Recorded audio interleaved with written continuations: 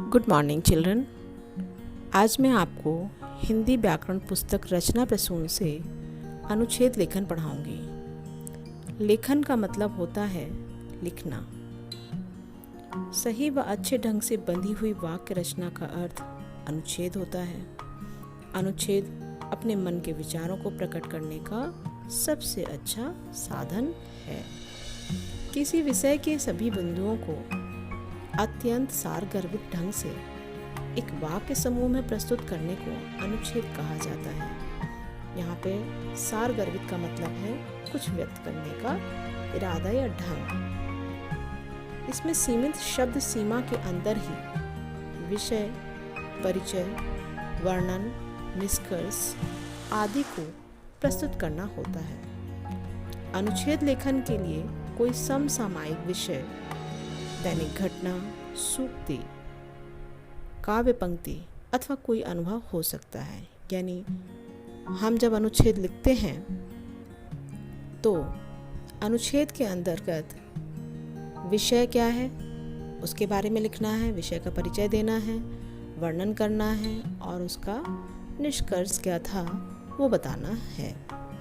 अनुच्छेद लिखते समय निम्नलिखित बातों का ध्यान रखना चाहिए। नंबर 1, विषय पर विचार करके मुख्य बिंदुओं को लिख लें। यानी जो हम विषय है उसको देख लें और जो उसमें मेन इम्पोर्टेंट बिंदु हैं उसको हम लिख लें। विषय से संबंधित सभी प्रमुख बिंदुओं को अनुच्छेद में समाहित करने का प्रयास करना चाहिए। यानी जो आपने बिंदु लिखे उसमें उन बिंदुओं को, उन मेन पॉइंट्स को आपको अनुच्छेद के अंदर अपने वाक्यों में समाहित करने का प्रयास करना चाहिए। बिंदुओं के आधार पर छोटे छोटे वाक्य में विचार प्रकट करें। यानी जो भी सेंटेंस आप बनाएं, यानी जो भी वाक्य बनाएं वो बड़े ना हो, बहुत छोटे नहीं तो बहुत बड़े भी नहीं होने चाहिए। अनुच्छेद लिखते समय शब्द सीमा का ध्यान रखें। सामान्यतः अनुच्छेद 100 से 120 तक का होना चाहिए। यानी अनुच्छेद लिखते समय शब्द सीमा का ध्यान मतलब जितने शब्द आपसे पूछे गए हैं उतने ही शब्दों में आपको अपना अनुच्छेद लिखना है। अनुच्छेद लिखते हुए विचारों की एक रूपता बनाए रखें। अनुच्छेद लिखते समय भूमिका की आवश्यकता नहीं होती है, सीधे मुख्य विषय से विचार आरंभ करने चाहिए। यानी अनुच्छेद लिखते समय हमें इधर उधर से घुमा फिरा के कोई बात नहीं करनी चाहिए, डायरेक्ट टॉपिक के बारे में लिखना स्टार्ट कर देना चाहिए। निम्नलिखित अनुच्छेदों को ध्यानपूर्वक पढ़िए, समझिए और अनुच्छेद लेखन का अभ्यास कीजिए। यहाँ पर हम आपको 2 अनुच्छेद के बारे में बताएंगे। पहला है वर्तमान समय में शिक्षा का उद्देश्य। जब जीवन का उद्देश्य केवल साधन संपन्न होना रह गया हो तो शिक्षा का उद्देश्य क्या होगा। यानी हमारा जो उद्देश्य है वो केवल साधन जुटाना, यानी सहूलियत जुटाना, जो हमें आसान लगता हो, जिसमें ऐशो आराम मिलता हो, वही रह गया हो तो शिक्षा का कोई उद्देश्य नहीं होता।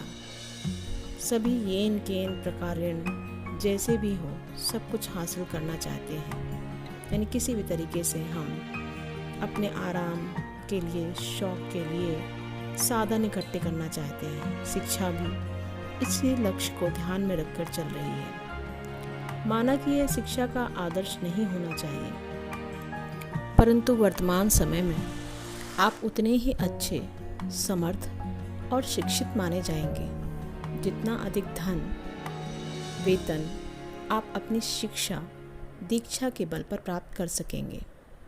पहले शिक्षा का उद्देश्य होता था बेहतर मनुष्य बनाना, अब शायद इसका उद्देश्य है बेहतर मशीन बनाना। आज जो शिक्षण संस्थान हैं उनमें से अधिकतर का जन्म धन कमाने वाली दुकान के रूप में ही हुआ है। बड़े बड़े विद्यालयों या शिक्षण संस्थानों में प्रवेश पाना ही टेढ़ी खीर हो गया है। शिक्षक भी आदर्श शिक्षक नहीं रह गए हैं, या यूँ कहें कि स्वेच्छा से नहीं रहे हैं। ऐसे में इन संस्थानों में जो विद्यार्थी तैयार होकर हमारे सामने आते हैं उनके जीवन का उद्देश्य भी भिन्न होता है। वास्तव में आधी से अधिक शिक्षा तो व्यक्ति को समाज से मिलती है। किताबों में भले ही अच्छी बातें लिखी हैं, परंतु समाज में बेईमानी तथा झूठ से परहेज खत्म होता जा रहा हो तो बेचारे शिक्षक, शिक्षाविद और शिक्षण संस्थान क्या करेंगे।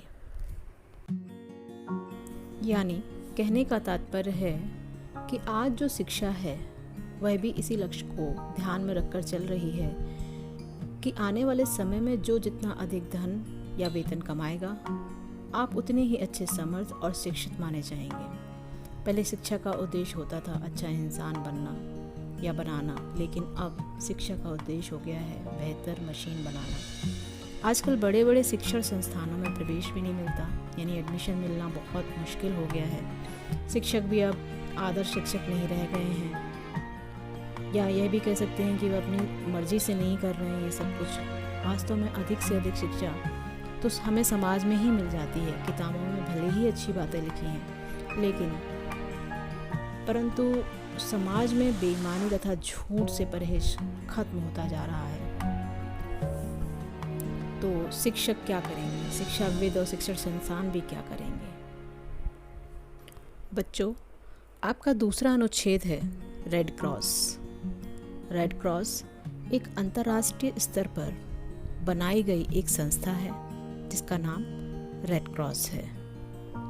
आइए हम इसके बारे में जानेंगे। नर सेवा को नारायण सेवा कहा गया है, अर्थात जो व्यक्ति दीन दुखियों, पीड़ितों, रोगियों तथा घायलों की सेवा करता है वह मानो ईश्वर की ही सेवा करता है। ईश्वर भी उसी को प्यार करते हैं जो उसके बनाए मनुष्य से प्यार करता है। संभवतः इन्हीं उद्देश्यों की पूर्ति के लिए अंतर्राष्ट्रीय स्तर पर एक संस्था बनाई गई है जिसका नाम रेड क्रॉस है। यह संस्था बिना किसी भी भेदभाव के मनुष्य मात्र की सेवा करती है। दुनिया के सभी देशों में इसके केंद्र हैं। यह शांति काल में मनुष्य जाति की दशा सुधारने, रोग, महामारी, अकाल आदि के कारण होने वाले कष्टों का निवारण करती है। यह युद्ध काल में घायलों, आहतों तथा युद्ध के कारण विस्थापित हुए पीड़ितों की सेवा करती है। आज यह दुनिया में चारों ओर पारस्परिक घृणा व विद्वेष आदि का बोलबाला है। एक देश दूसरे देश से शत्रुता रखता है, तो ऐसी स्थिति में रेड क्रॉस जैसी संस्था बहुत उपयोगी है।